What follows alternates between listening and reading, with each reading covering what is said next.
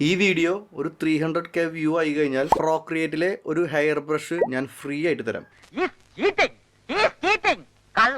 അല്ലെങ്കിൽ വേണ്ട, നമുക്കിത് ക്രിയേറ്റ് ചെയ്തെടുക്കാം. അപ്പോൾ ആദ്യം ഈ ഇഴകൾ കിട്ടാൻ വേണ്ടി കുറച്ച് ഡോട്ടുകൾ ക്രിയേറ്റ് ചെയ്യാം. So brush library, charcoals, vine charcoal. Brush colour നമുക്ക് ബ്ലാക്ക് സെറ്റ് ചെയ്യാം. ബ്രഷ് സൈസ് കൂട്ടിയും കുറച്ചും ഇതുപോലെ റാൻഡമായി ഡോട്ടുകൾ ക്രിയേറ്റ് ചെയ്യാം. ഈ ഡോട്ടുകളിൽ നിന്നാണ് മുടിയിഴകൾ ക്രിയേറ്റ് ആയി വരുന്നത്. ഇതിന്റെ ബാക്ക്ഗ്രൗണ്ടിന് ഒരു പ്യുവർ വൈറ്റ് കൊടുക്കാം. Tap A new layer, drag under the dot layer, merge this 2 layers. ഇനി ഈ ലെയറിനെ കോപ്പി ചെയ്യാനായി ഈ 3 വിരൽ കൊണ്ട് ഡ്രാഗ് ചെയ്ത് കോപ്പി ഐക്കൺ ടാപ്പ് ചെയ്യുക. Next brush library, tap plus icon. ഈ ലെഫ്റ്റ് സൈഡിലെ സെക്ഷനിൽ കുറച്ച് അഡ്ജസ്റ്റ്മെന്റുകൾ ചേഞ്ച് ചെയ്യാനുണ്ട്. Shape section, edit, import, paste.